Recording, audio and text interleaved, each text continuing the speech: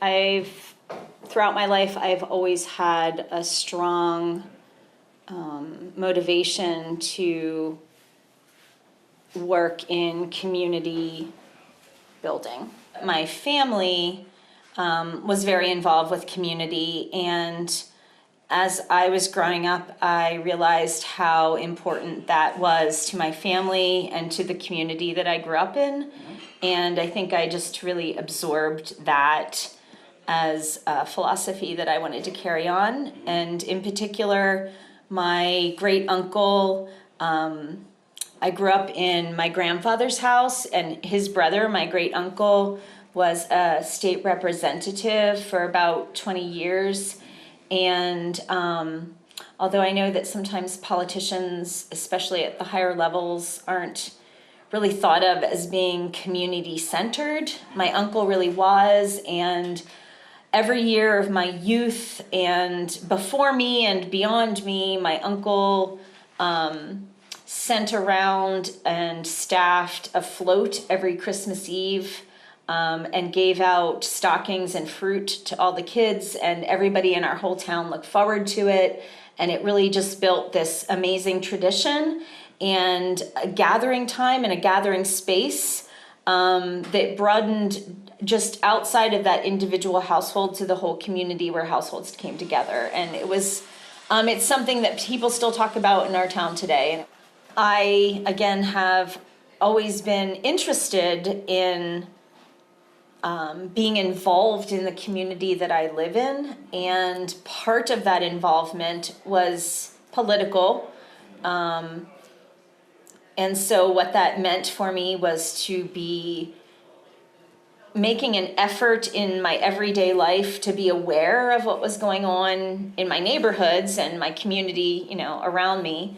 And because of that, I had signed up for emails from the township I live in, and those emails were just informational about meetings and development. And I received one of those emails that talked about a development, and it was confusing to me because what I understood the email to be saying, where the development was going to be occurring, I was confused because I knew that that was really supposed to be preserved land.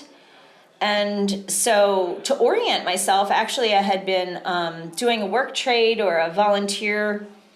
I was serving as a volunteer for some period of time at New Leaf. And at the time I was serving as a volunteer there, one of the previous Ferguson Township Supervisors was serving as well, Elliot Killian. And so I just followed up with the email asking Elliot casually, what's going on with that development? I'm confused. It seems like it's out there where I always see, animals and, unfortunately, animals getting hit there. It seems like it's an important space. And I know my understanding is it's outside the regional growth boundary, and it's not supposed to be developed. He basically confirmed that other people had similar concerns. And so when I learned that other people had similar thoughts or concerns, I really felt like it was my job to find out, the status of those concerns in the community and how the township was handling that. And the more involved I got, the more I realized about this particular development. It really was something that was not going to be good for the community, and that I should get more involved. It probably wasn't too long after that. Again, it was a while ago, so I'm not 100% sure. But as I began doing research about what's called the upzoning that happened in 2004 that set the stage for the land development plan later, when I read what I had found, saw the research, there were others at the regional level that were indicating that it was important to not develop there because of the water. And so it was really as I did the research that I learned that. I grew up within 5 miles of 3 Mile Island, during that time. So I do understand, and I've studied risk a bit. I did some work on public perceptions of genetically modified organisms. And so part of my research was to look at risk and how, it's evaluated on these two levels, or on two dimensions, which are likelihood and severity.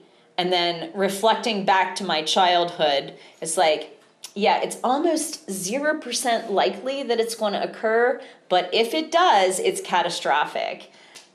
And that I am drawn to situations where I see that, because I don't like catastrophes.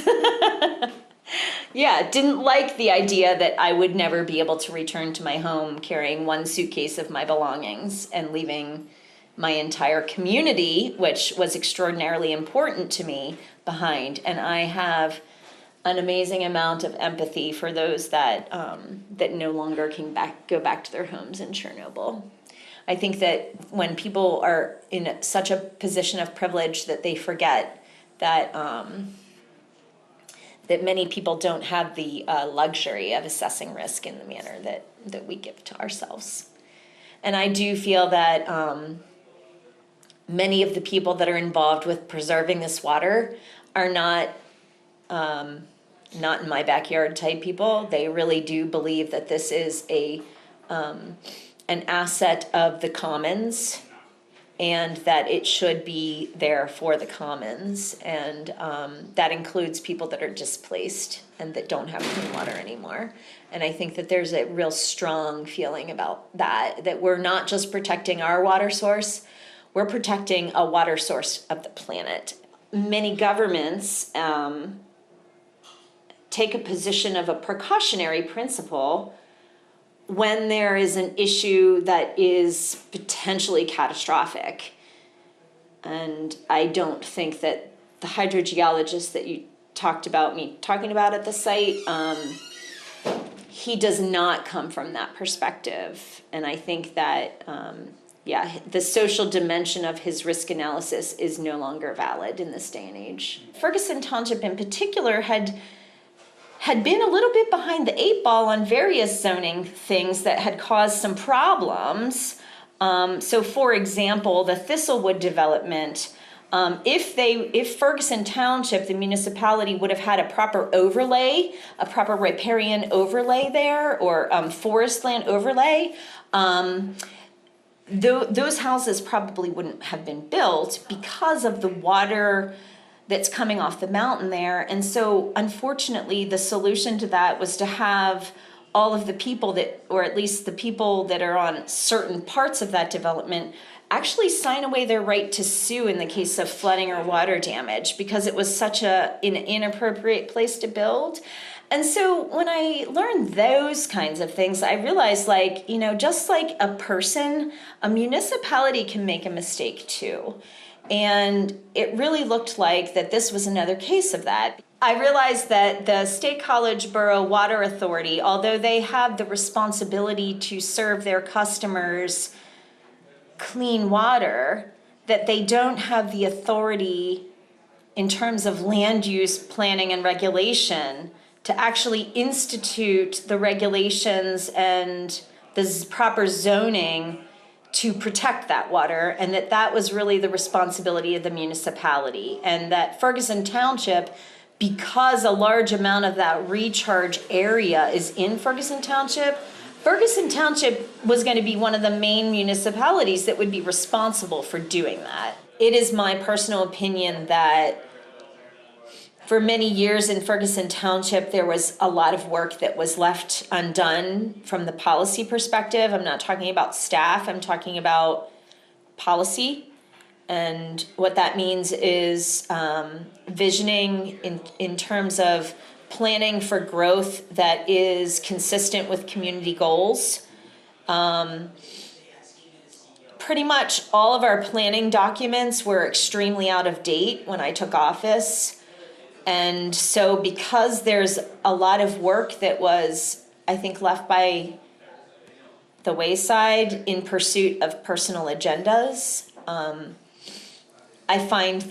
believe that in Ferguson, at this point in time, there's more time and effort demanded than of if a municipality had very active supervisors for the past 20 years, but they didn't. In my position, what I'm working on and in my involvement, I don't get by with anything less than probably 40 or 50 hours a week. I'm doing this in full-time capacity, and that involves going to meetings that other elected officials are in no way obligated to go to. I have not missed a water authority meeting since this began 2 years ago, and they meet monthly. I feel like I've really developed a lot of personal relationships because I've been so involved. So I always go to the water authority meetings. I frequently go to the sewer authority meetings. I frequently go to the regional planning meetings. I always go to the park authority meetings. And none of those are requirements of my position. A lot of us want to get involved with our community, and we're not sure how, and sometimes when opportunity knocks on the door, it's maybe bigger than we thought. It's not just making cookies for a bake sale once. It's something that is going to demand all of your time and all of your attention. And I did realize that in this particular case, that if I didn't step up, there wasn't going to be somebody to step up at that time. And the time was short, and we needed somebody then. So as you know, we're all maybe in separate little boats, but we're all rowing to the same place. And I think that actually that has been a major strength of the larger effort to protect our water, not just from this tolls development, but like I said, in terms of the water authority and Ferguson Township finally truly understanding the relationship that's necessary to protect that watershed. Really, what is good for the community is good for Penn State, because we do have a symbiotic relationship, and although frequently people discuss that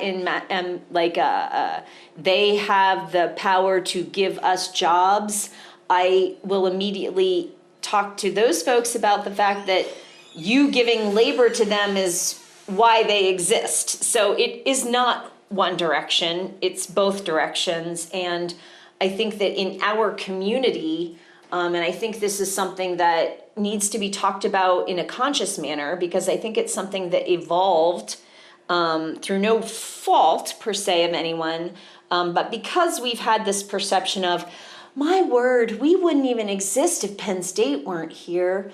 We have allowed them to be in charge. And I'm not advocating that they should be in the place where we've placed ourselves, the community. We don't need to be in charge, but there should be reciprocity there. So many people are surprised to find out that there are 3 boards in regional government where Penn State University has a vote to represent Penn State's interests on those citizen boards that are to represent the community interest. And then when those boards make a decision and it's discussed with the elected officials who have appointed all of the representatives except for the Penn State representative, it's discussed with us like those boards made the decision, even if it's only Penn State's rep that's making a decision. So in a recent dialogue, Ferguson Township Supervisors were given a letter from the Center Region Planning Agency making a synopsis of what happened at the Center Regional Planning Commission meeting, where Penn State's representative voiced their lack of support for a citizen-inspired preservation effort in Ferguson Township. And it was communicated to the supervisors like, Center Region Planning Commission, doesn't support this preservation effort. But I was at that meeting, and the only voice that didn't support that was Penn State. And I think it's actually a little bit misleading to, if you're gonna have the rep and they're gonna vote, when you communicate about who said what, it's kind of important to indicate that person on the board is the only person that's representing a private interest. Everyone else is representing the public interest. And that's kind of a tangent, but it has, it's a good example of how we have allowed Penn State to have the upper hand in the relationship. I don't remember ever hearing any other elected official until very recently talk about why isn't there an elected official invited to sit on their board of trustees or in the office of the physical plant in their planning department. One of their highest people in the office of the physical plant sits on our Center Regional Planning Commission and throws a fit about anything that's not something that Penn State wants. And all of the municipalities are much more supportive of each other than Penn State is supportive of the municipalities, and that's very disappointing. I know that some of those conditions set up that imbalance, and I want to hit at those conditions. So you talked about other occupies and like other agendas coming in. We've been really trying to keep the focus super narrow here to the Toll Brothers effort, but also the structural problems that led to the Toll Brothers being virtually invited into our community by Penn State and then supported by the elected officials because Penn State had incentivized their support of the development of the watershed by dangling a carrot in front of them of the asset of Whitehall Regional Park. So it's important to bring everybody along to understand those structural imbalances that led to this very bad decision. That's what led to that. And many people that really love this community are confused. Like, we're confused. We think it would be fine because we can't imagine the decision makers that we've elected allowing something like this to occur. Well, it's important for them to know that those decision makers don't necessarily have the control to stop it in the current structure. Changing that is going to be really important moving forward. There have been so many people that have gotten so involved and so educated on the area, on the topic. The occupation in particular has changed the dynamics of the discussion on a community level a little bit, because although there were folks that were having a lawsuit and there's been a fair amount of success in regard to that, despite the fact that that was happening, it still did not feel like the community was on any kind of an equal footing in terms of respect in this dialogue until the occupation occurred. And when that happened, then Penn State decided, okay, now we want to talk to you. The folks that are organizing the encampment have been directly approached via email to sit down and talk about this in hopes of getting to a solution. And I have to say that gives me a lot of hope, because I think everybody we talk to acknowledges that Penn State has a lot of power and they have a lot of land, and that if they really do decide with their administrative mind that it's actually time to join with the community to work toward a unified goal with the community, I think that they would find that the community would step up and support them as well. And I don't think we've ever been in a position that we could actually even think that we might have that conversation. If Penn State really wants to change this, it's literally just a few decisions, and they really can not expose themselves to risk because they have so many resources. So they don't have to tell Toll Brothers that they won't sell them any land. They can just tell the Toll Brothers they have a different parcel. Folks would support that. The solution is right there in their grasp. Penn State and Toll Brothers would come to the table with the community, including Ferguson Township Supervisors and representatives of all of the community groups that have been working on preservation. And we would discuss the solution that is on the table. And that solution is Penn State identifies another land asset, and we already have the county plat book. We already know what they own. We already know they know what they own. But to have a discussion together with the maps about an appropriate alternative site for what they want to build, luxury student housing that is named with football players' names and blue and white names, being closer to campus. And then the other asset that they own over off of Whitehall, that they will honor the wishes of the region, the wishes of the farmers, the wishes of the water protectors, and put that land into some sort of passive use. And they can brainstorm and come up with a beautifully creative educational facility that could be located there with minimal impact, that could be placed closer to the road. There's already a professor at the university that's been working on this, who has grant funding that does research on climate change and agriculture.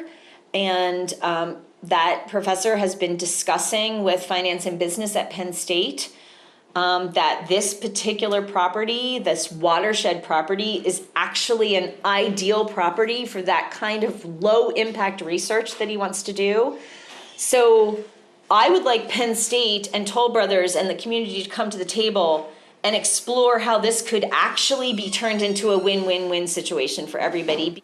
I think that if Penn State didn't make the right moves here, they would be really fracturing deeply the relationship between them and the community. They've already taken such advantage of their position of power and not stepped up to meet that with responsibility. And I just can't really imagine what people will think of them and how they'll act toward them as an institution. In the court of public opinion, they would be the losers. We want Penn State to be something we can be proud of. We can't wait for that moment. So all they have to do is just do that. And we will pick up our pom-poms again.